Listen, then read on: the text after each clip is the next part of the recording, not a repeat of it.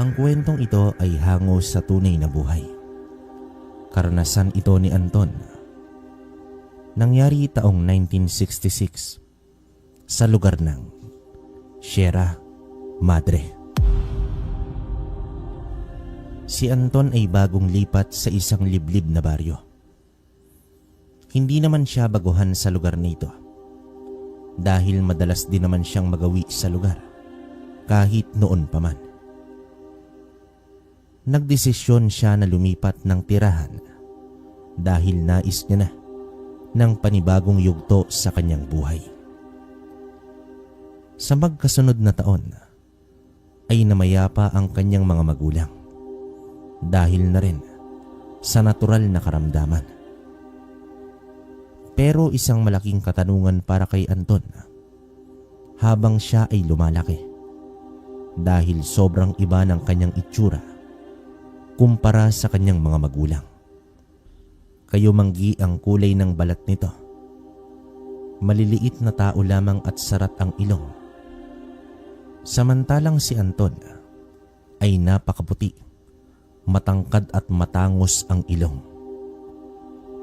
Kahit saan tingnan ay wala talagang naniniwala na anak siya ng mga magulang. Sa tuwing tinatanong niya ang mga magulang niya tungkol sa bagay na ito, ay nagtitinginan lamang at iniiba na ang usapan. Hindi na rin naging mausisa pa si Anton. Baka hindi pa handa ang mga ito na sabihin ang katotohanan. Para sa kanya, wala namang problema kung siya ay isang ampon. Sila pa rin naman ang kikilalanin niyang mga magulang at wala siyang balak na hanapin at kilalanin ang tunay niyang pinagmulan. Kontento na kasi ito sa kanyang buhay. Payak pero masaya kasama ang mga magulang. Pero noong mga huling sandali ng kanyang ina, ay nag-iwan ito ng mga kataga. Ayon sa kanyang ina, sa puso ng Sierra Madre, naroroon ang iyong pinagmulan. Labis na nalungkot si Anton sa pagkawala ng kanyang mga magulang. Kaya naman ninais niya na lumipat sa karatig baryo. Habang nagbibinata si Anton, ay mas namutawi ang kanyang kaibahan sa lahat. May napakahabang buhok na sobrang itim at ang kulay ng kanyang mga mata ay tila nag-iiba. Kulay abu ito at nagiging kulay asul pagsapit ng gabi. Nako Anton, pasensya ka na kung yan lang ang nabibigay ko sa'yo ng mga kawayan. Sapat na ba yan para sa bahay mo? Wika naman dito ni Leroy. Ako na po ang bahala sa kulang nito, Tandang Leroy. Pero maraming salamat po. Nag-abala ka pa. Tugon ni Anton na nahihiya pa sa matanda. Kawawang si Ma sumunod agad kay Beltran. Ayos ka lang ba Anton? Alam kong masakit pa sa'yo ang mga nangyaring paglisan ng mga magulang mo. Pag-aalala naman dito ng matanda. Ganun talaga ang buhay, Tandang Leroy. Masakit pero kailangan tanggapin. Mas mabuti na yon kaysa maghirap pa sila ng matagal sa kanilang karamdaman. Nakakapagpahinga na rin sila ngayon. Tugon dito ng binata na may bahagyang ngiti sa mga labi. O sige, mauna na ako sa'yo at kung may kailangan ka pa, abay huwag kang mahiyang dumulog sa akin. Pamamaalam naman dito ng matanda. Sa mga hindi nakakalam, si Tandang Leroy ay ang pinakamatanda sa baryo. Kilala ito kahit pa sa mga karatig lugar. Kaibigan din siya ng mga magulang ni Anton. Samantala, sa loob ng ilang araw ay naitayo na ni Anton ang kanyang maliit na bahay. Gawa naman ito sa kawayan at sa dahon ng niyog ang bubong naman ito. Sa kabila ng itsura ni Anton ay batak ito sa mabibigat na gawain. May munting palayan din kasing naiwan ang kanyang mga magulang at siya na ang namamahala dito mag-isa. May kalayuan din ang palayan dahil kailangan pang bumaba ng bundok. Sa halos araw-araw ay bumibisita ang matanda sa kanya. May iba rin kasing sadya ang matandang si Leroy sa kanya. Tungkol ito sa kakaibang anyo ni Anton. Malakas ang hinala ni Leroy na merong kakaiba sa binata. Isa din sa pinagtatakahan ni Leroy ay bakit ni minsan ay hindi ginambala ng mga aswang ang pamilya ni Anton. Ayan, Anton. Sa'yo na ang mga saging na yan. Nakadalihan siya ako sa taniman ni Boyet kanina. Hindi ko naman mauubos agad. Baka masira lang kaya sa'yo na ang iba. Wika ni Leroy. Nako, maraming salamat po. Ang bait niyo po sa akin, Tandang Leroy. Pasasalamat naman ang binata. Ang mga katulad mo ay dapat lang gantimpalaan. Nasubaybayan ko ang paglaki mo. At kahit minsan, ay hindi ka naging sakit ng ulo ng mga magulang mo. Pero seryoso, Anton. Paano kung sabihin ko sa'yo na may magandang gantimpala ang kalikasan para sa'yo? Kukunin mo ba ito? Wika naman dito ng matanda. Ano po ba ang ibig niyong sabihin, Tandang Leroy? Nagtatakang tanong naman dito ni Anton. Alam mo ba, Anton? May alam akong isang mutya. Kung kasing edad mo lang ako, ay ako na sana ang kukuha nito. Ano, Anton, interesado ka ba? Ano naman po ang gagawin ko sa mutya, Tandang Leroy? Marami, Anton. Tulad ng proteksyon, bilis at lakas. Siguro naman hindi kaila sa'yo ang mga kakaibang nangyayari sa paligid. Seryosong wika naman dito ni Leroy. Anong mutya naman po yon, Tandang Leroy? Pwede ko bang malaman? Tanong dito ng binata. Kung may oras ka, Anton, nais ko sana na makuha mo ang mutya ng puso ng saging. Magaganap ang muling maglabas nito sa pagpatak mismo ng unang oras ng Biyernes Santo. Minsan lang ito, Anton, kaya samantalahin mo na. Pero mag-iingat ka dahil sandamakmak na mga nilalang ang nagnanais din na makuha ang mutya. Mahabang salaysay naman dito ni Leroy. Sa pagpapatuloy ng kanilang pag-uusap ay inilahad pa ng matanda ang lahat patungkol sa mutya. Napaisip naman si Anton kung kailangan ba talaga niya ang mutyang yon. Simula kasi noon ay nakakabalita lamang siya na may mga kababalaghan mula naman sa mga kapitbahay, pero sila mismong mag-anak ay hindi nakakaranas ng mga ganoong bagay. Aminado si Anton na napahanga siya sa mutyang sinasabi ng matandang si Leroy. Pero sa kabila nito ay hindi pa rin siya magkaroon ng interes sa mutya. Samantala, isa sa nakahiligan ni Anton ay ang pag-aalaga ng mga bulaklak. Nakatanim ito sa palibot ng kanyang bakuran. Dahil sa bagong tanim pa lang ang mga ito, ay palagi niyang binubungkal ang lupang nakapaligid dito kahit gabi.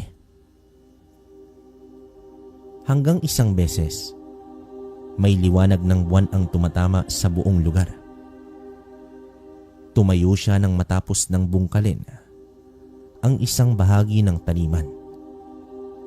May nakita siyang nilalang na nasa puno malapit sa isang bahay.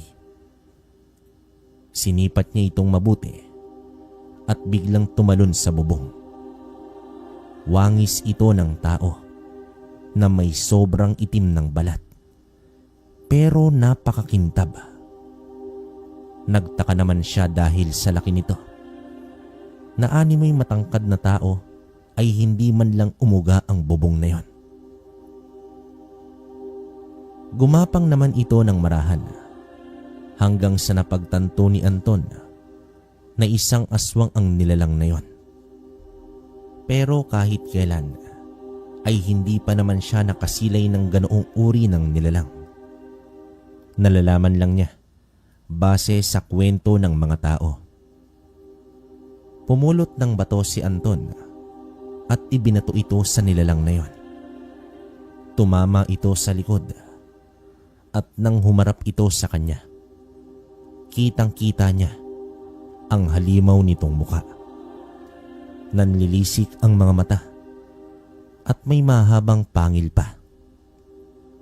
Akmang babatuhin pa sana niya ito, mabilis na itong lumundag papalayo. Nakaramdam ng pangamba si Anton, ngunit hindi para sa kanyang sarili, kundi para sa mabibiktima sana ng aswang na yon. Pero nagtaka naman siya dahil hindi siya inatake ng nilalang. Sumagi naman sa isip niya ang sinabi ng matandang si Leroy. Naisip din ng binata na kung may lalaban sa mga aswang na yon, ay wala na itong mabibiktima pa. May ilang linggo pa bago dumating ang mahal na araw. Paano kaya kung kukunin niya ang mutya ng saging? May pagtatanggol ba niya ang mga tao sa kanilang baryo? May sapat na lakas ba siya upang gawin ito? Mga katanungan na labis niyang pinag-isipan. Kinabukasan ay siya na mismo ang nagpunta sa bahay ng matandang kaibigan niya. Magandang umaga, Tandang Leroy. May nakita po kong aswang kagabi dun sa bubungan ni Mang Pandoy. Mabuti na lang at naitaboy ko ito. Panimulang bati naman dito ni Anton. Ano ka mo, Anton? Isang aswang? Abay, buntis ang asawa ni Pandoy. Tiyak punterya ng aswang ang nasa sinapupunan ni Marites. Ina nga ba ang sinasabi ko, Anton? Kung hindi mo iyon naitaboy, tiyak may panibago na naman biktima sa baryo. Nangangambang tugon naman dito ng matanda. Napag-isipan ko na po ang mutyang sinasabi ninyo, Tandang Leroy. Kukunin ko na po yun. Seryosong wika naman dito ni Anton. Nako, mabuti naman, Anton, at pumayag ka na rin. Pero alalahanin mo ang mga nakaambang nilalang. Handa ka ba na humarap sa kanila? Madiing tanong naman dito ng matanda. Opo, Mang Leroy. Sa tingin ko kakayanin ko naman sila. Sagot naman dito ng binata. Kinagabihan sa mismong araw na iyon, ay inabangan ni Anton ang bahay ni Mang Pandoy. Sa parehong oras, nakita niya ang aswang. At hindi nga siya nagkamali. Ngunit sa pagkakataong ito, ay tila nalaman ni Mang Pandoy na may aswang sa kanilang bubong dahil bigla itong lumabas ng bahay at sinabuyan ng asin ang nilalang. Umatungal ito at lumundag sa puno at tuluyan ng lumayo. Talagang porsigido ang aswang na makuha ang sanggol ni Aling Marites. Kaya naman kinabukasan ay gumawa na si Anton ng pana. Ang ginamit niyang bilang bala, ang kawayan na bagakay. Kinahapunan ay muli siyang nagtungo sa bahay ni Leroy. At dito inilahad ang pagbalik ng aswang. Inalam din niya mula sa matanda ang iba pang pangontras ng mga aswang. Kung hindi niyo na itatanong, si Anton ay may kakayahang gawin ang isang bagay na kahit unang beses pa lamang niya itong gagawin, ay tila ba daig pa nito ang sobrang biyasa na. Katulad na lamang ito sa paggawa ng pana. Inisip lang niya ang itsura nito at nagawa niya na agad. Isang kakayahan na labis din niyang ipinagtaka sa kanyang sarili. Samantala, pagsapit ng gabi ay hindi pa rin nadala ang aswang sa pagkapaso nito ng asin. Muli na naman itong bumalik. Kitang-kita niya ang paggapang nito paakyat sa puno. Nakahanda na si Anton sa kanyang pana. Itinutok niya na ito sa aswang. Akmang lulundag na sana sa bubong ay binitawan niya na ang tali ng sandata. At dito tumarak ang bagakay sa tagiliran ng aswang dahilan upang malaglag ito sa puno. Ilang segundo pa bago nakabangon ang aswang at humarap naman ito sa kanya. Sa muli niyang pagtutok ng pana ay bahagyang umatras ang aswang. Muli itong lumundag at nagpalipat-lipat sa puno hanggang sa nawala na ito sa paningin ng binata. Kinabukasan ay nagtungo sa palayan si Anton. Gamit ang bolo ay nilinis niya ang mga dahong tumubo sa paligid ng mga palay. Nang masipat niya ang 4 na kalalakihan na naglalakad sa may pilapil, mabagal ang kilos at lahat ay nakatingin sa kanya. Mga bagong muka ang kanyang nakita. Inisip niya naman na baka dayo ang mga ito. Muli siyang yumuko upang ipagpatuloy ang ginagawa. Ngunit ang 4 na kalalakihan ay mabilis na tumakbo patungo naman sa kanya at galit na galit ang itsura. Subalit sa ilang metro pa lamang ang pagitan, sa hindi malamang dahilan ay biglang nagkaroon ng putik sa palayan at nahulog ang 4. Tila isa itong kumunoy na bigla na lamang lumitaw. Sumigaw ang mga nilalang at ang galit na mukha ay napalitan ng pagkasindak. Animoy may nakikita sila sa likuran ni Anton. Nang lingunin niya ito ay wala namang tao. Nagpupumiglas na ang mga nilalang hanggang sa nakaahon na ito sa putikan at tumakbo ng sobrang bilis na tila merong tinatakasan. Matapos noon, napailing na lamang si Anton sa mga nangyari at ang putik ay dahan-dahang ding naglaho. Ramdam ni Anton na may kakaibang nangyayari sa paligid. Nilapitan niya ang lugar kung saan lumitaw ang putik pero bumalik na ito sa pagiging tuyo. Nang matapos siya sa kanyang gawin, ay humiga muna siya sa maliit na kamalig. Inunat ang katawan at tuluyang pumikit. Habang siya ay nakapikit, naramdaman niya na tila may isang nilalang na nakadungaw sa kanya.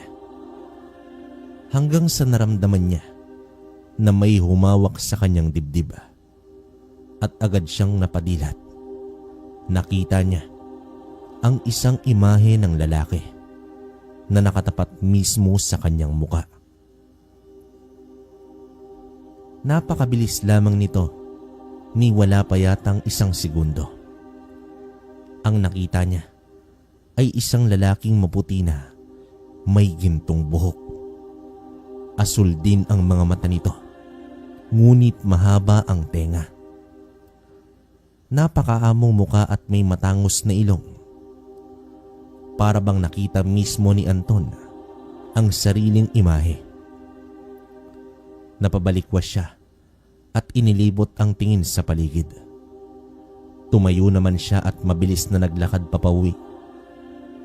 Nang makarating siya sa may kakawian, ay nakikita niya sa tagiliran ng mga mata ang panakanakang imahe ng lalaking yon na nakatayo lamang at nagpapalipat-lipat ng pwesto. Kinurap-kurap pa niya ang mga mata at inisip na namamalikmata lamang siya. Ngunit nagpaulit-ulit ito sa loob ng maraming beses. "Sino ka ba? Magpakita ka sa akin ngayon din." Naiiritang sambit naman dito ni Anton at tumigil siya sa paglalakad. Ginalugad niya ang paligid ngunit walang ibang tao siyang nakikita. Ilang minuto pa ay nagpatuloy na sa paglalakad si Anton. Pakiramdam ng binata ay pinaglalaroan siya ng isang nilalang.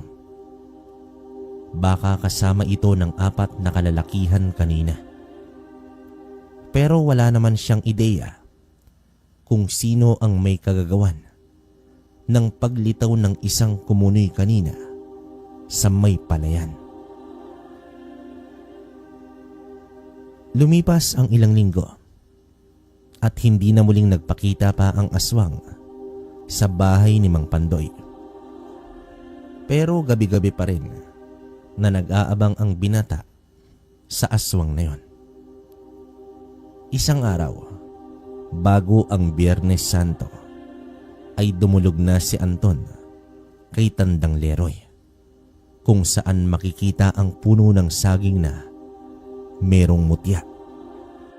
Ay, natutuwa ako at hindi nagbago ang isip mo, Anton. Akala ko ay nawala na ang pagnanais mo sa mutya. Bukas ng gabi tahakin mo ang hilaga. Magliliwanag ang mismong puso ng saging kung nasaan naroon ang mutya. Hintayin mo ang pagpatak ng hating gabi dahil kusang mahuhulog ang mutya. Pero saluhin mo ito sa pamamagitan ng iyong bibig. Pero hindi madali ang makalapit sa puno dahil sa sangkaterbang masasamang nilalang ang nagnanais din ito. Tapang at lakas ng loob ang kailangan mo, Anton. Mahabang paliwanag naman dito ni Tandang Leroy. Kailangan ko ba silang labanan lahat, Tandang Leroy? Seryosong tanong naman dito ng binata. Hindi nila ito makukuha direkta sa puno. Kailangan muna itong dadaan sa katawan ng isang tao. Dahil kung ang masamang nilalang mismo ang sasalo dito, ay tiyak ang kamatayan nila. Ang laban ay mangyayari kapag napasayo na ang mutya. Dagdag na wika pa dito ng matanda. Kukunin ko pa ang mutya, Tandang Leroy, sa kadailanang upang mawala na ang masasamang nagasik ng lagim sa ating baryo. Tugon dito ng binata. Tama yan, Anton. Ikaw lang din ang bukod tangi sa ating lugar ang nakikitaan ko ng kakayahan. Dahil alam ko na may kakaiba sa'yo. Kung ano man yon, tiyak darating din ang takdang panahon upang magkaroon ng mga kasagutan ang aking mga katanungan. Wika ni Leroy. Ramdam din ni Anton ang mga kataga ni Leroy. Kahit siya mismo ay may malaking katanungan kung bakit naiiba siya sa karamihan. Gayunpaman, handa na si Anton na lumusong sa kagubatan patungong hilaga. Dala niya ang isang itak lamang at determinasyon. Gagawin niya ito para sa kaligtasan ng kanyang mga kabaryo. Naging maayos naman ang mga oras sa kanyang paglalakad sa gitna ng kagubatan. Sa pagtingala niya sa buwan, tansya niya na 11:00 na ng gabi. Napakaliwanag ng buwan at nagbibigay ilaw sa mundo.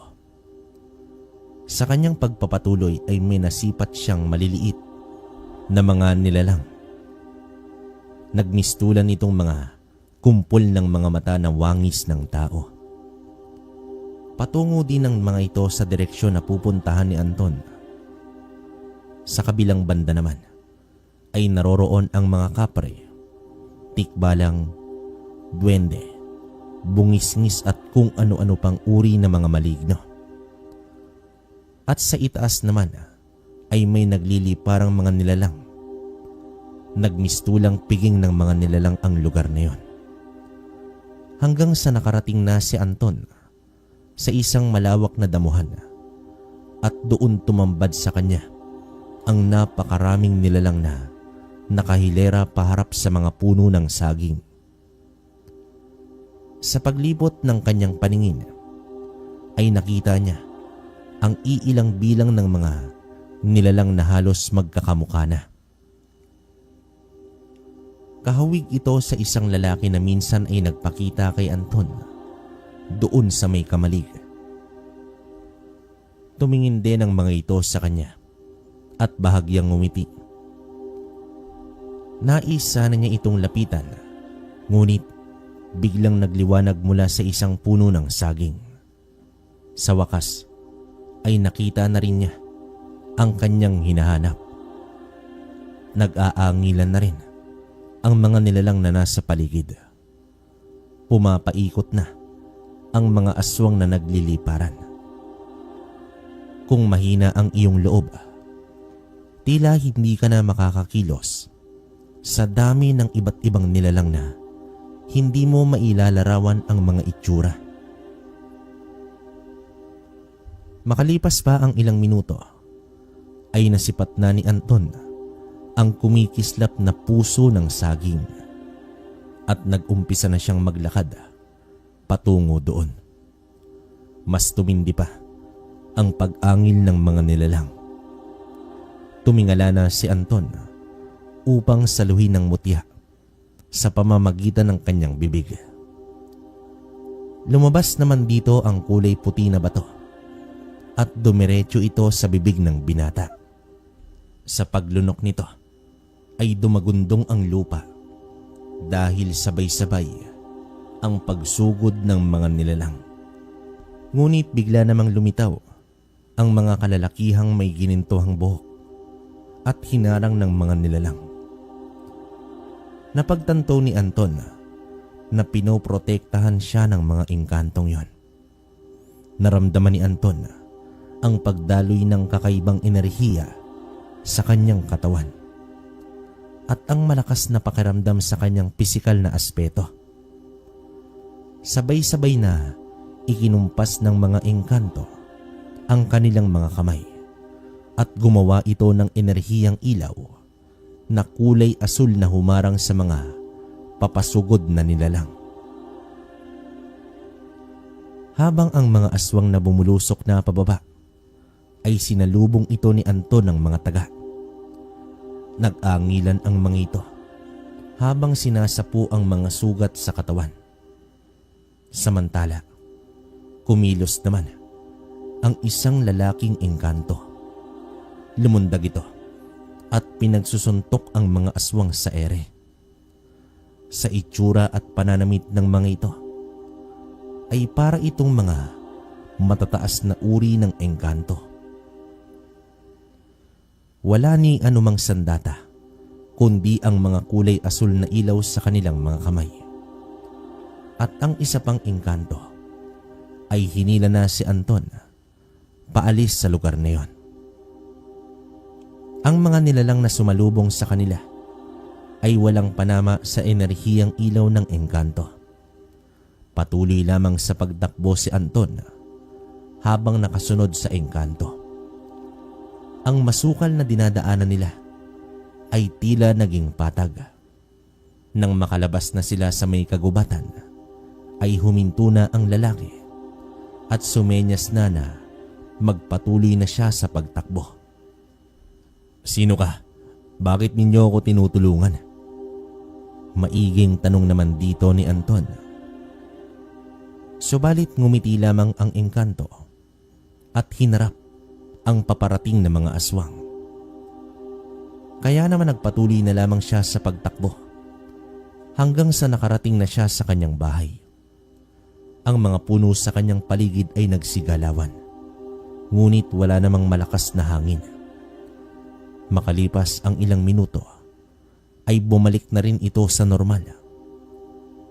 Kinapa niya naman ang kanyang dibdib at ramdam niya na may isang bagay na nakapaloob dito. Isang bagay na pinagmulan ng kakaibang lakas. Dahil naman sa ginawa ng mga engkanto, ay hindi maiwasang isipin ni Anton na may kaugnayan sila sa isa't isa. Kinapa niya ang kanyang muka, ang buhok, ang katawan, at tinitigan ang mga kamay. Hindi halos nalalayo ang itsura niya sa mga engkantong yon. Tanging tenga at kulay ng buhok ang kanilang pagkakaiba. Engkanto, hindi kaya isa ako sa kanila? Pero papaano nangyari to? Tanong ni Anton sa kanyang sarili. Kinabukasan ay agad nagtungo ang binata sa bahay ni Leroy. Natuwa naman ang matanda sa ibinalita ni Anton na nakuha na nito ang mutya ng saging. Pero batid ng matanda na parang aligaga itong si Anton. Kaya naman sinubukan niya itong tanungin kung may problema ba sa mutya. Wala naman po, Tandang Leroy. Gaano niyo ba kakilala ang aking mga magulang?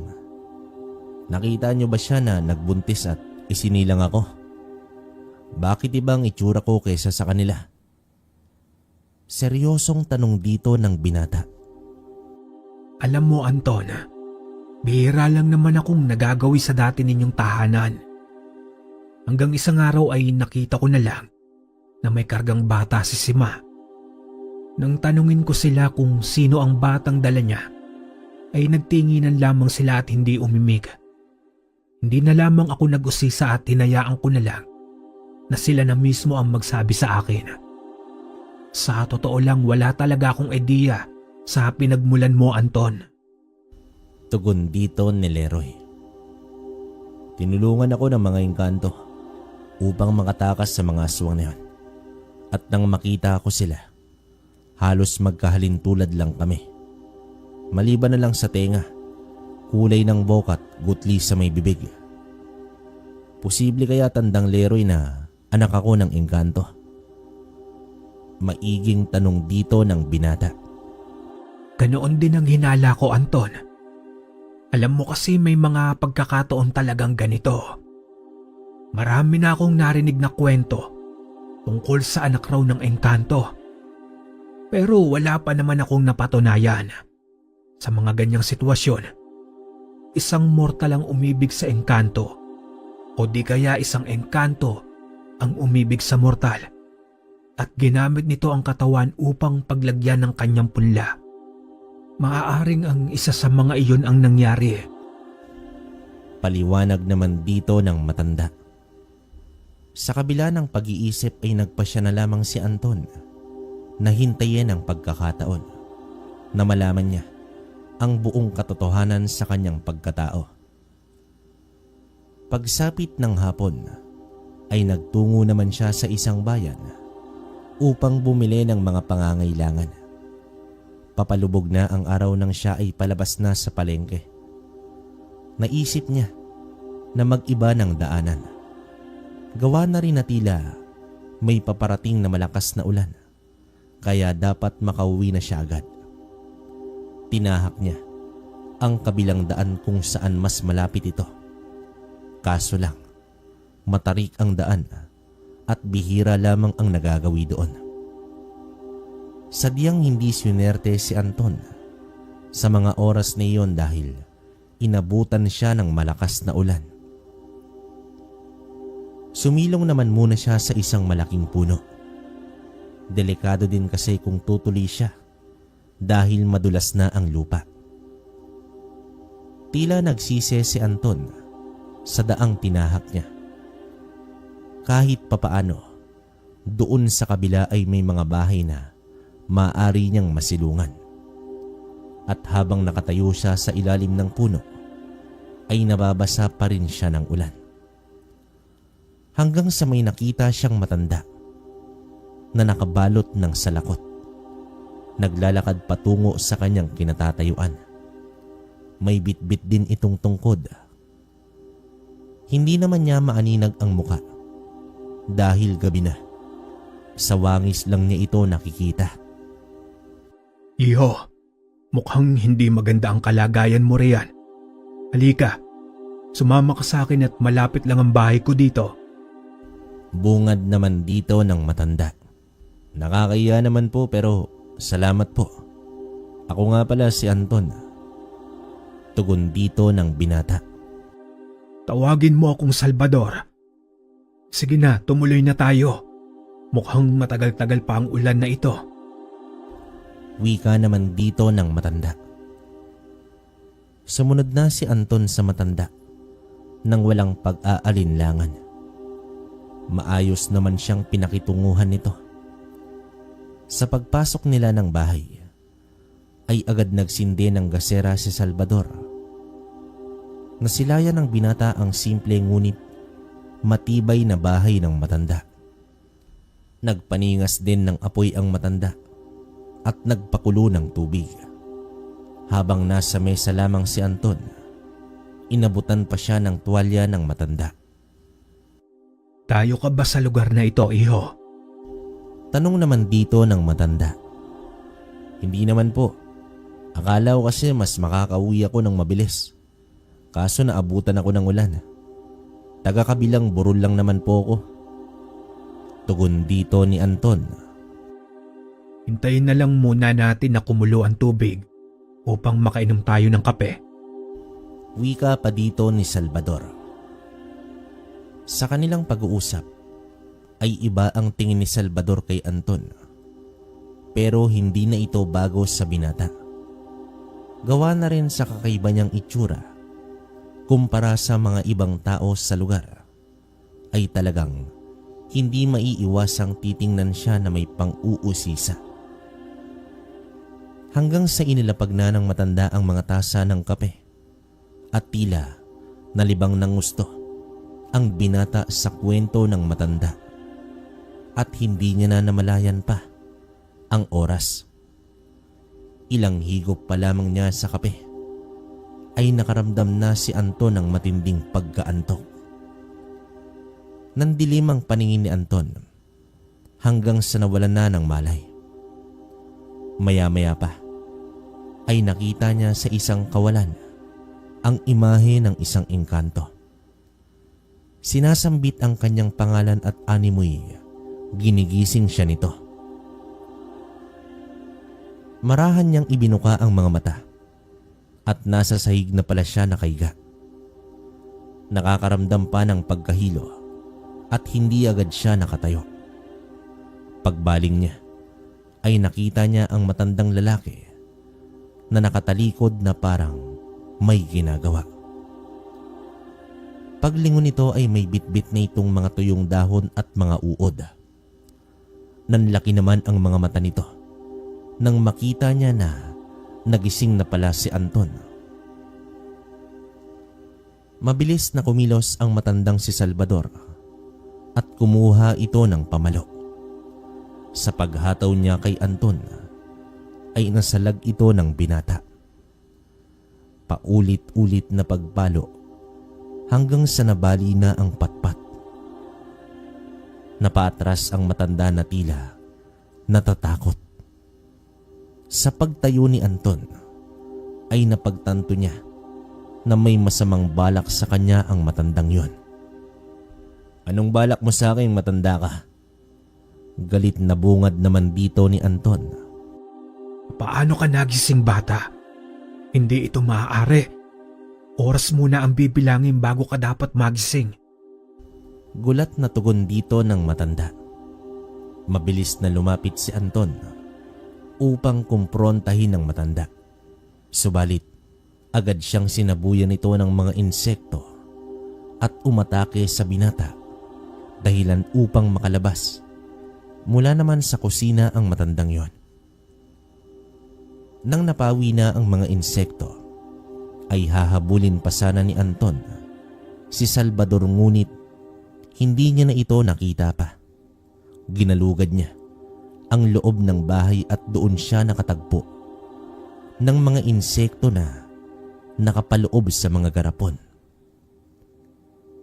Dito niya na naisip na isang mambabarang ang matanda. Pero wala siyang ideya kung ano ang balak nito sa kanya. Kinuha niya ang gasera sa may mesa at inihagi sa kwarto na puno ng mga insekto. Tumila na rin ang ulan ng mga sandaling yon. Iniwan na ni Anton ang bahay ni Salvador na tinutupok na ng apoy. Sa muli ay iniligtas na naman siya ng engkanto sa pamamagitan ng paggising sa kanyang diwa. Dahil dito ay mas lumakas pa ang hinala ng binata na may malaking ugnayan nga siya sa mga engkanto. 10 oras na ng gabi nang siya ay nakarating sa kanyang bahay. Agad niyang inabot ang gasera at sinindihan sa pagsampa niya sa kanyang balkonahe. Umupo muna siya doon ng ilang sandali at patuloy na pinagmasdan ang paligid. Iniisip niya na baka nasa paligid lamang ang mambabarang. Matapos nito ay pumasok na siya sa loob at dito inilawan ang bahay. Kinaumagahan, habang nagbubungkal siya ng lupa sa mga tanim na bulaklak ay dumating naman si Tandang Leroy. Kinausap siya nito tungkol kay Salvador. Ang demonyong iyon ay nagbalik na pala. Isang mambabarang si Salvador. Matagal na panahon na noong tumakas siya sa baryo dahil pinaghahanap siya ng isang antingerong galit na galit. Paano ba naman kasi? Pinaslang ni Salvador ang asawa ng antingero. Simula noon ay ni-anino niya ay hindi na namin nasilayan. Pinangingilagan din siya ng mga taga-baryo dahil nga sa kanyang itim na mahika. Bukod sa pagiging mambabarang, ay isang magnanakaw din ang matandang iyon. At wala kahit sino man sa amin ang may lakas ng loob na kumprontahin siya. Wika naman dito ni Leroy. Sinunog ko na po ang bahay nito, pati na rin ang mga alagang insekto niya. Sa tingin niyo ba umalis na yon? Tanong ng binata. Kung nalaman niya na isa kang antingero, sa tingin ko tumakas na ang hayop na yon. Pero huwag tayong pakakasiguro, Anton. Sa tagal ng panahon na nawala siya, tiyak may mga bagong kaalaman na iyon at baka mas malupit pa siya kumpara dati. Paliwanag naman dito ng matanda. Samantala, natuwa naman si Leroy sa mga pananim ng binata. Kapag namulaklak na ang mga tanim nito, ay tiyak magiging makulay ang palibot ng bahay ni Anton. Nagmungkahi rin siya kay Anton na magtanim ng luyang itim dahil mabisa itong panlaban sa mambabarang. Takot na takot ang mga katulad ni Salvador sa luyang itim, Anton. Kung ang asin ay panlaban sa aswang, luyang itim naman para sa mambabarang. Wika dito ni Leroy. Bakit po ang dami ninyong alam sa mga ganito? Ano po ba kayo, Tandang Leroy? Usisa naman dito ng binata. Sa tanda ko ba namang ito, Anton? Marami na akong mga nalalamang kwento tungkol sa mga kababalaghan ng ating mundo. May mga nakikilala akong albularyo, antingero, at kahit mangkukulam ay naging kaibigan ko pa. Pero puting mangkukulam naman yon. Mahabang paliwanag naman dito ni Leroy. Puting mangkukulam? Pagtataka ng binata. Oo, Anton. Alam mo kasi ang ating mundo ay matalinghaga. May mga nilalang na taglay ang mahikang itim, pero ginagamit nila ito sa kabutihan at hangarin din nila ang kaayusan at kapayapaan sa mundo. Kaya ikaw, Anton, dapat kilalanin mo munang mabuti ang mga nilalang. Matapos ang kanilang usapan, ay nagpaalam na si Leroy dahil tutungo pa ito sa bayan. Bibisitahin daw nito ang kanyang kamag-anak doon. Habang si Anton naman ay naghanda na upang magtungo sa may palayan. Samantala, bago naman tumuloy ng bayan si Leroy, ay nagtungo pala ito sa sinasabing bahay ni Salvador na sinunog ni Anton. Naabutan niya na 6 mga uling na lamang ang natira sa bahay nito at may konting mga usok pa. Isang galit na muka ang namutawi kay Leroy. May kinikimkim pala ito na galit dahil ang totoo, ang asawa ng antingero na pinaslang ni Salvador ay anak pala ni Leroy. At ito pala ang tunay na dahilan sa pang-uudyok niya kay Anton na maging antingero upang tugisin itong si Salvador. Pero mismong tadhana na ang naglalapit kay Anton at Salvador. Kung nakatakas ka man dati, sisiguraduhin ko na sa pagkakataong ito ay hindi na. Matatahimik lamang ako kapag nabigyan ko na ng hustisya ang aking anak na si Linda. Kahit ang kapalit pa nito ay ang aking buhay. Wika naman ni Leroy sa kanyang sarili. Samantala, umupo na si Anton sa may kamalig upang kakaina ng pananghalian. Napapangiti naman ito habang nakatanaw sa lunti ang palayan. 2 buwan na lamang ang hihintayin niya upang maani na ang mga ito. Pero sa kabila nito ay hindi niya maiwasang malungkot dahil bumalik sa kanyang alaala noong magkakasama pa silang pamilya sa pagtatanim at pag-ani ng mga palay. Salat man sa buhay pero nagsikap ang mga magulang niya na mabigyan ng edukasyon si Anton kahit hanggang elementarya lamang. Pangarap sana ni Anton na mailipat sa bayan ang mga magulang dahil mas maganda ang sitwasyon doon at mas malapit sa kabihasnan. Pero ang lahat ng ito ay naglaho nang lumisan ang mga mahal sa buhay. Bandang 3:00 na ng hapon, umalis na si Anton sa may palayan. Sa kanyang paglalakad ay nasipat niya ang 3 kalalakihan.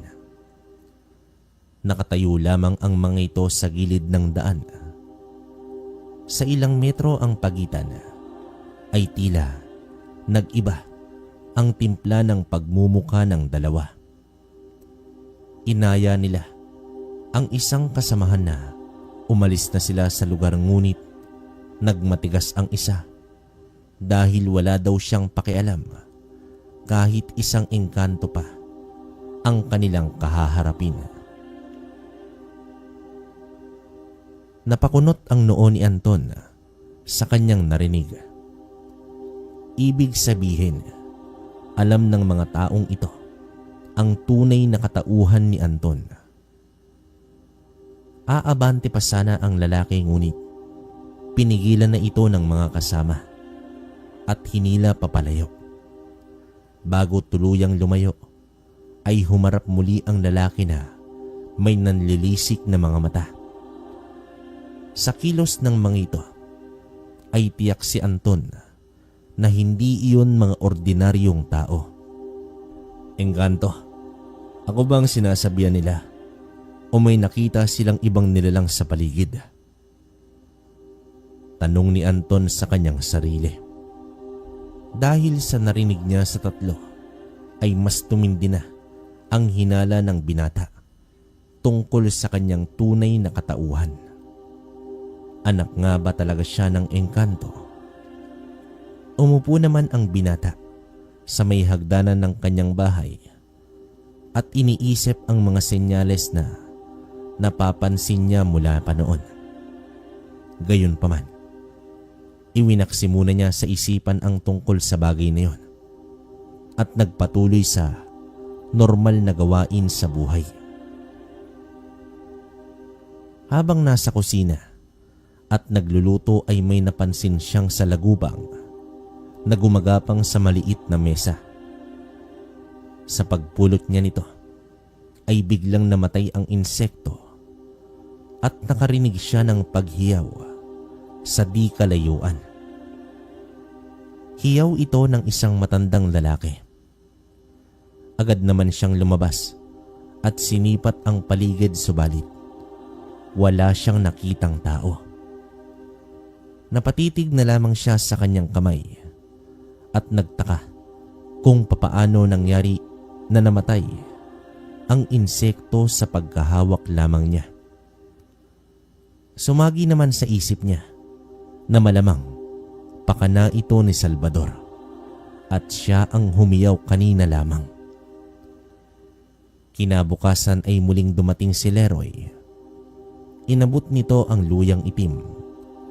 Nakuha daw niya ito mula naman sa kanyang kamag-anak. Itanim mo kaagad iyan, Anton. At kapag sapat na ang paglaki ng ugat, ay kumuha ka at ilagay mo ito sa bahay. Maaari mo din itong sangkap sa ulam.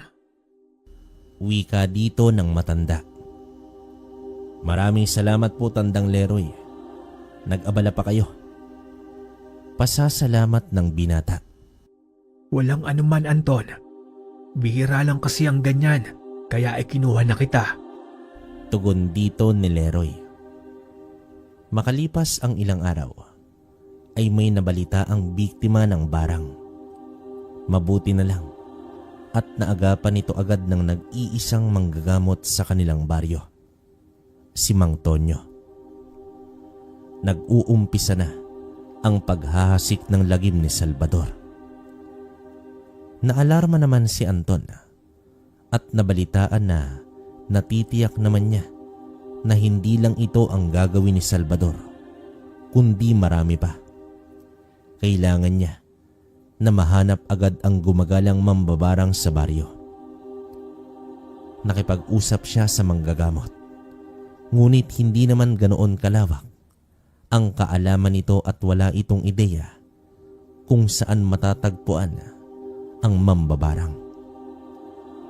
Sa araw ding yon ay sinubukan ni Anton na hanapin ang matandang si Salvador, ngunit ni anino nito ay hindi niya makita. Hanggang sa isang gabi na naginip si Anton, nakita niya ang kanyang sarili na naglalakad sa isang ilog. Sa mismong tubig lamang nakaapak ang kanyang mga paa. Naglakad siya hanggang sa nakaabot siya sa dulo ng ilog na yon. May isang talon siyang nakita at sa likod ng umaagos na tubig ay may nakita siyang kuweba.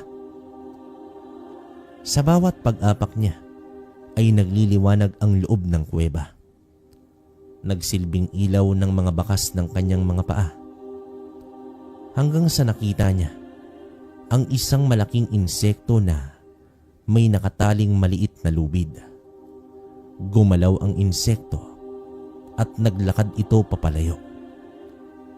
Sinundan naman niya ito hanggang sa nakita niya si Salvador na nakatalikod habang nagsasagawa ng ritual. Nang biglang lumingon ang mambabarang at bigla itong lumaki at nakangising humarap kay Anton.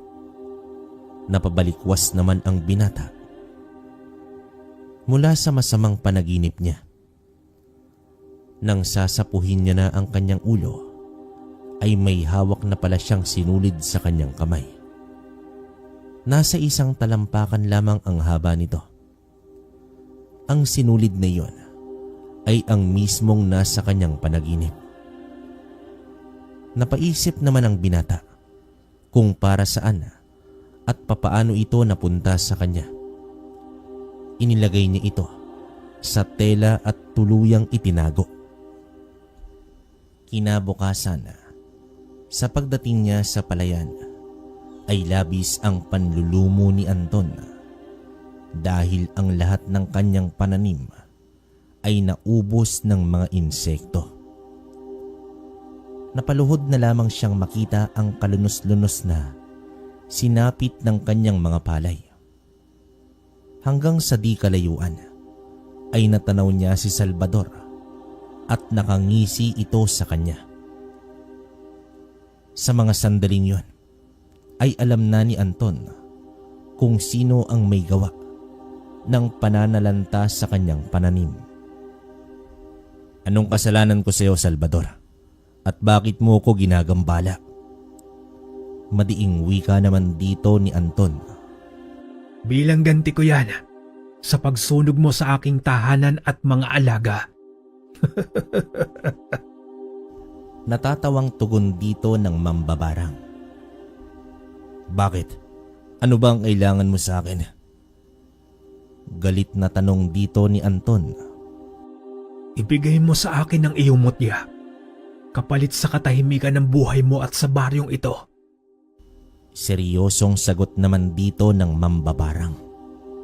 Narito sa loob ng dibdib ko. Bakit hindi mo kunin? Halika, kunin mo. Matapang na wika ng binata. Kung hindi ka sana nagising nung gabing iyon, tiyak na dukot ko na ang mutya mula sa'yo. Tugon dito ni Salvador. Ito pala ang dahilan kung bakit pinatulog niya si Anton ang kunin mismo ang mutya sa loob ng katawan niya. Naglakad papalapit si Anton sa mambabarang habang umaatras naman ito papalayo sa kanya. Bakit ka umaatras, tanda? Di ba ito naman ang gusto mo? Sigaw dito ni Anton. Hindi mo ako mahuhuli, Antingero. Lasapin mo ang paghihiganti ko. Tumatawang wika naman dito ni Salvador at naglabas ito ng maitim na usok. Sa pagkawala ng usok na yon, ay nawala na rin ang mambabarang. Bumalik siya sa kanyang mga pananim. Sa itsura nito, ay imposible na itong masalba pa. Labis naman ang pagkalungkot ni Anton ng mga sandaling yon. Tumalikod siya upang umuwi na lamang sa bahay, subalit may narinig siyang nagwikang bigla.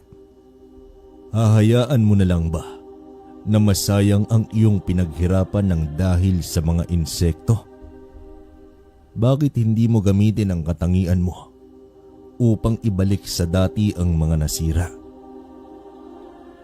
Wika dito ng isang lalaking engkanto. Sino ka? Gulat na sambit naman dito ni Anton. Pumulot na ng palay at hilingin sa iyong isipan na ibalik ang dati at maayos nitong anyo. Nakangiting wika dito ng lalaki habang nakatanaw lamang sa may palayan. Sinubukan niyang gawin ang sinasabi ng lalaki at sa unti-unti ay nanumbalik ang mayayabong na tanim. Kahit konting bakas ng pagkasira ay walang makikita. Nanlaki ang mga mata ni Anton sa kanyang nakita. Ako si Sakor, ang katiwala ng iyong ama, ang prinsipe ng mga engkanto.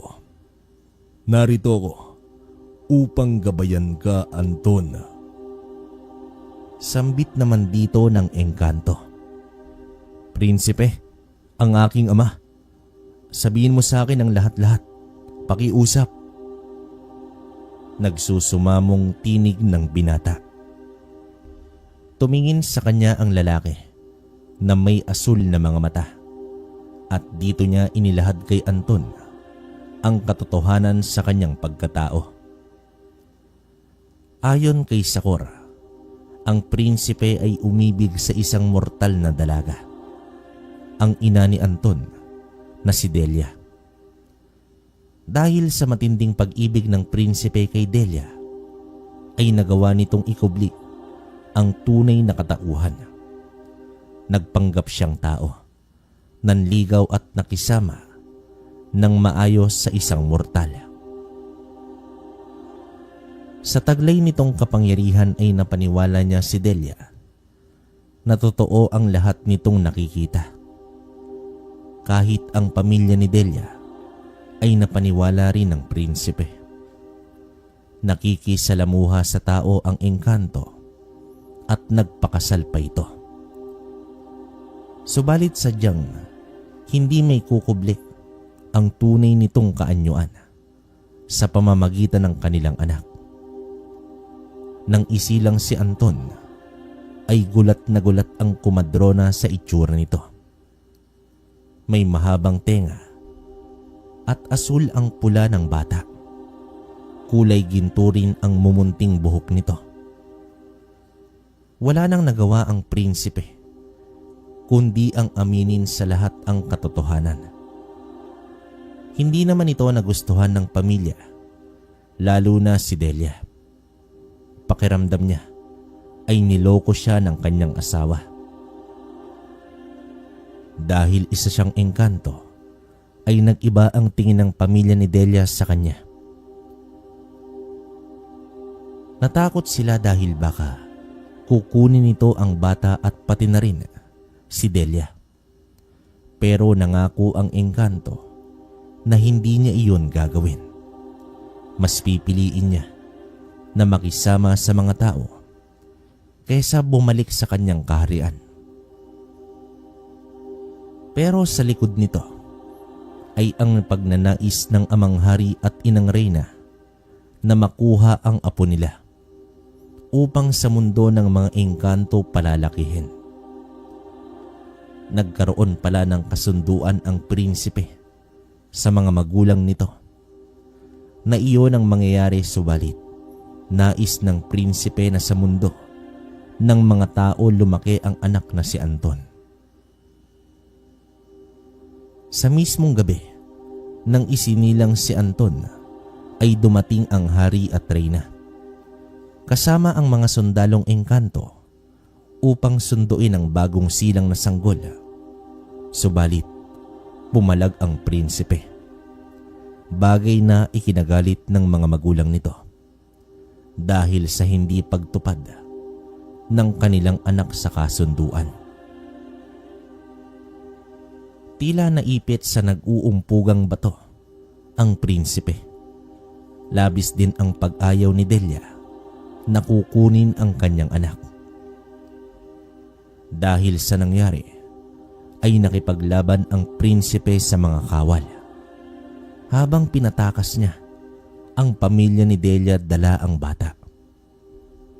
Subalit sa kasamaang palad ay napaslang ng mga makapangyarihang at maharlikang mag-asawa ang mga magulang ni Delia. Sa pilit na pakikipaglaban ng prinsipe ay wala nang nagawa si Delia kundi ang tumakas habang umiiyak dahil sa pagkasawi ng kanyang mga magulang. Hirap na hirap ang ina ni Anton, gawa nga ng kakapanganak pa lamang nito. Sa kanyang pagtakas ay napadpad siya sa bahay nila Sima at Beltran. Labis naman itong nakiusap at pinilit ang mag-asawa na kunin ang bata at itago. Matapos nito ay umalis na si Delia kahit nahihirapan na ng labis. Sa katunayan, nakita ni Sakor kung kanino iniwan ni Delia ang bata. At dahil sa tapat siya sa kanyang tungkulin sa prinsipe, ay nanahimik na lamang siya. Patuloy na hinabol si Delia ng mga engkanto, ngunit hindi na nito nakayanan pa ang labis na paghihirap at nawalan ito ng buhay. Labis naman ang paghihinagpes ng prinsipe sa pagkamatay ni Delia. At noong naipasa ni Sakor ang mensahe tungkol sa anak nito, ay nagpasya na ang prinsipe na sumama na sa kanilang mundo upang tigilan na ng mga engkanto ang panggugulo. Dahil naman sa galit ng ama nito ay idadamay pa sana ang ibang mga tao na wala namang kamalay-malay. Sa paglipas ng panahon ay unti-unting natanggap ng mag-asawang Maharlika ang sitwasyon nila. Nakita kasi nila na wala nang balak pang umibig sa iba ang prinsipe, kaya hinayaan na lamang nila ang bata sa mundo ng mga tao. Pero nagtalaga ang Maharlikang pamilya ng mga engkanto upang bantayan ang bata sa pamumuno ni Sakor. Ito ang dahilan kung bakit bukod-tangi ang bahay nila Anton na hindi ginagambala ng mga aswang, dahil sa mga engkantong nakapaligid dito. Sa kapangyarihan ng prinsipe ay ginawa niyang normal na tao ang wangis ni Anton. Pero habang lumalaki ito, ay lumalabas na ang anyo nito bilang kalahating tao at kalahating engkanto. Sa mga narinig ni Anton ay naging malinaw na sa kanya ang lahat. Dagdag pa ni Sakor, kasabay sa pagbabago ng kanyang anyo ay ang paglabas din ng taglay na kapangyarihan niya bilang isang maharlikang engkanto. Hiling ko lang sana sa iyo, Anton, huwag kang magtanim ng galit sa mga engkanto na naging dahilan sa pagkamatay ng iyong ina at pamilya. Pakiusap naman dito ng engkanto. Saan ko makikita ang mundo ninyo? Dalhin mo ko dun. Madiing wika ng binata. Hindi pa napapanahon, Anton. Sa ngayon, alam ko na may kinakaharap kang suliranin sa baryong ito. Narito lamang kami bilang mga kawal mo na handang tumulong sa iyo. Wika naman dito ni Sakor. Huwag kayong makialam sa akin. Kaya ko itong solusyonan mag-isa. Seryosong tugon ng binata. Yumuko na si Sakor at humakbang papaatras sa kanya at tuluyang naglaho. Tila isang napakahabang araw ang nangyari sa araw na iyon. Pumasok na si Anton sa kamalig habang binalikan lahat ang inilahad ni Sakor. Hindi naman niya maiwasan na maawa sa sinapit ng kanyang ina sa pagbubuwis ng buhay nito upang maitakas lamang siya. Ninais ni Anton na kumprontahin ang mga nilalang na naging dahilan sa kasawian ng kanyang ina. Ngunit may tatapusin muna siya bago harapin ang mga engkanto. Makalipas ang ilang araw, ay panibagong biktima na naman ng barang ang umiral. Papalabas na sana ng bahay si Anton, ngunit naalala niya bigla ang mahiwagang sinulid. Kinuha niya ito at dinala patungo sa bahay ng biktima. Pagdating niya sa lugar na iyon, ay kasalukuyang ginagamot ng manggagamot ang biktima. Naroon lamang si Anton at nanood sa gamutan. At nang makuha ng manggagamot ang insektong barang, ay hiningi naman ito ni Anton.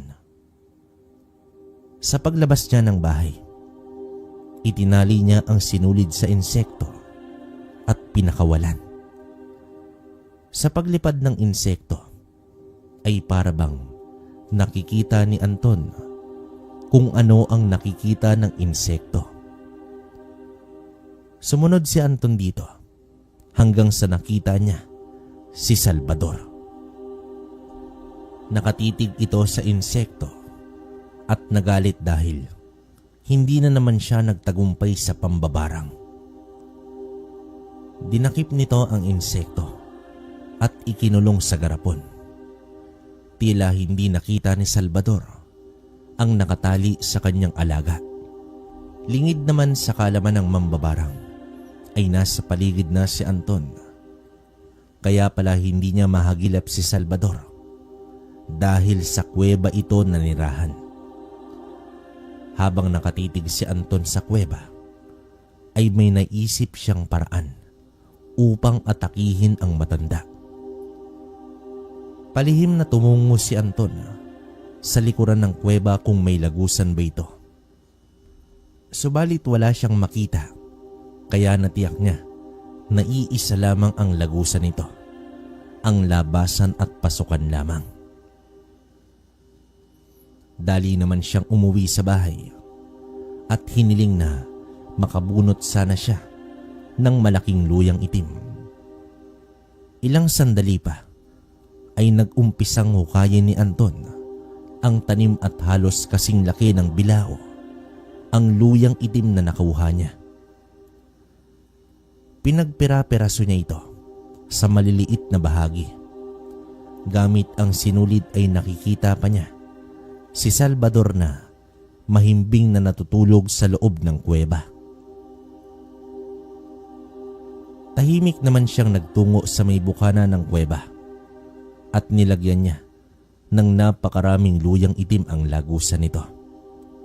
Kumuha din siya ng mga balat ng niyog at pinausukan ng kuweba. Ilang sandali pa ay narinig niya na ang pag-ubo ni Salvador. Akmang lalabas na sana ito ngunit bigla itong napatras dahil sa mga luyang itim. Ano na, tanda? Bakit di ka pa lumalabas dyan? Pang-aasar na wika dito ni Anton. Hindi naman sumagot ang matanda at panay ubo na lamang ang ginagawa nito. Hanggang sa may mga insektong nagsilabasan sa kuweba at nang umatake ito kay Anton ay nalusaw agad ang mga ito nang dumampi sa kanyang balat. Labis na ang paghihirap ni Salvador sa loob dahil sa usok. Gumagapang na ito sa lupa at panay pagmumura. Sa paghawi ng usok ay isang matangkad na binata ang nakita ng matanda. Nakatayo ito sa labas ng lagusan.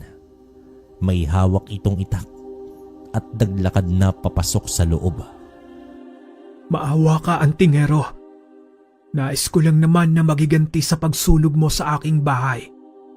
Pero nagsisisi na ako ngayon. Ipinapangako ko sa'yo, magpapakalayo-layo na ako at kahit kailan ay hindi na ako babalik sa baryong ito. Pagmamakaawa dito ng mambabarang. Papaano na lang kung hindi naagapan ng mga binarang mo? May babalik ba ang buhay nila sa paghingi mo ng tawad na yan? Galit na sambit naman dito ni Anton. Hindi naman sila namatay, di ba? Kaya palayain mo na ako. Sambit naman dito ni Salvador. Paano naman ang anak kong si Linda na pinaslang mong demonyo ka? Biglang sambit dito ni Leroy. Napalingon sa gulat si Anton sa matandang katabi niya. Oo, Anton. Siya ang pumaslang sa anak ko. Si Linda ang asawa ng antingerong sinasabi ko sa'yo. Napakatagal ko nang hinintay ang tagpong ito na makaharap kang muli, Salvador. Wala kang kwentang nilalang. Anong kasalanan sa'yo ng anak ko at bakit mo siya dinamay? Galit na wika naman dito ni Mang Leroy. Patawarin mo ko, Leroy. Nadamay lamang siya sa paghihiganti ko sa antingero. Pakiusap naman dito ng mambabarang. Ito, tandang Leroy. Ikaw nang tumapos sa demonyong yan. Huwag kang mag-alala. Hindi na makakalaban yan. Wika ni Anton habang iniaabot ang itak kay Leroy. Agad namang sinabuyan ni Anton ng mga luyang itim si Salvador upang mas manghina pa ito. Sa walang pagatubilik ay mabilis na naglakad ang matandang si Leroy at habang nakadapa sa lupa ang mambabarang ay buong lakas itong tinaga ni Leroy. Sinalag naman ni Salvador ang mga talim ng itak dahilan upang magkasugat-sugat ang mga kamay nito.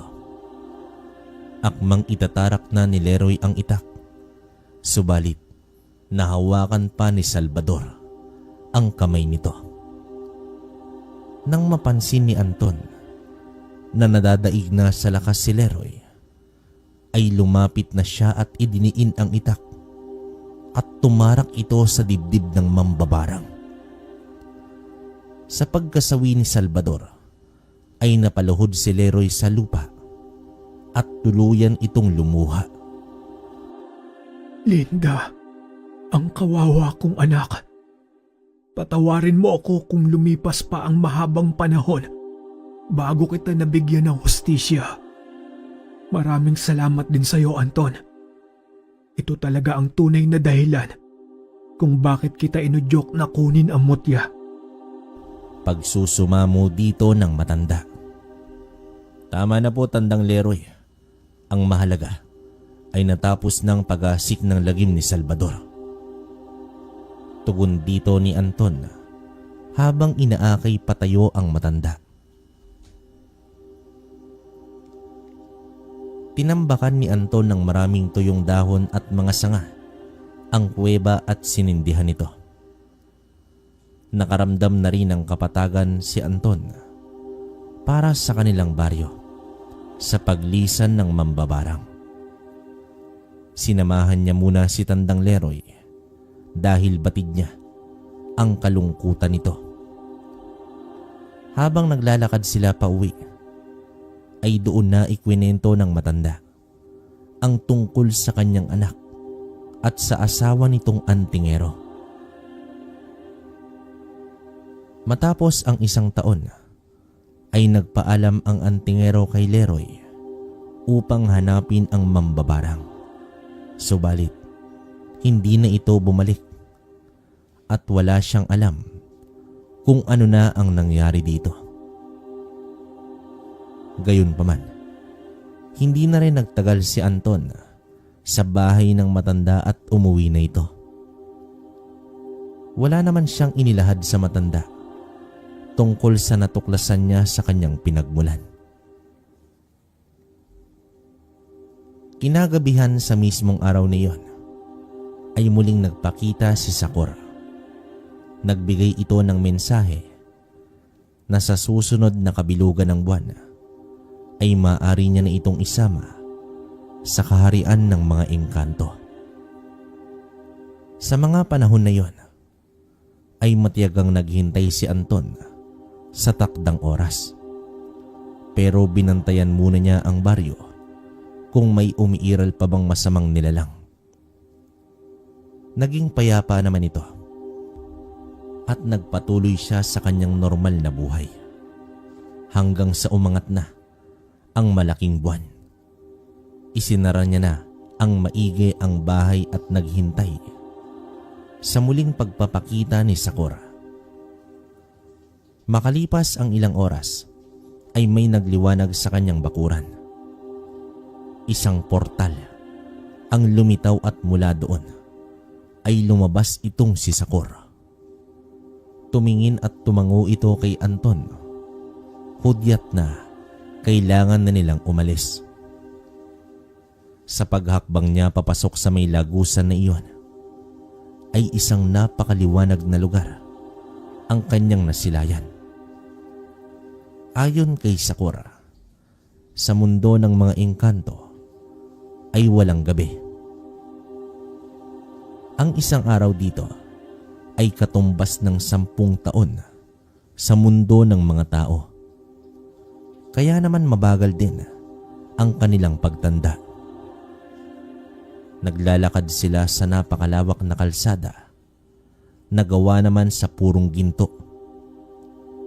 Hanggang sa nakarating sila sa napakalaking bahay na hugis parisukat. May mga mandirigma na nakapalibot dito. Bumukas naman ang napakalaki at mahabang pintuan. Sa loob ng palasyo ay gawa naman sa marmol ang sahig at ginto naman ang mga dingding nito. Sobrang lawak din ito. Humarap kay Anton ang 3 nilalang na nagpakilalang kapamilya niya. Lumapit ang prinsipe, nakahawig mismo ni Anton. Doon inilahad ng ama niya ang lahat at labis itong humingi ng tawad. Gayon din ang hari at reyna. Subalit sa kabila ng karangyaan at kapangyarihan ay hindi nila nakumbinse ang binata na uupo sa trono. May dahilan ng lahat na mga nangyari, Ama, sa nakaraan.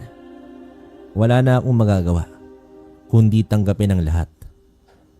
Pero sana maintindihan ninyo na ang aking puso ay para sa mga mortal.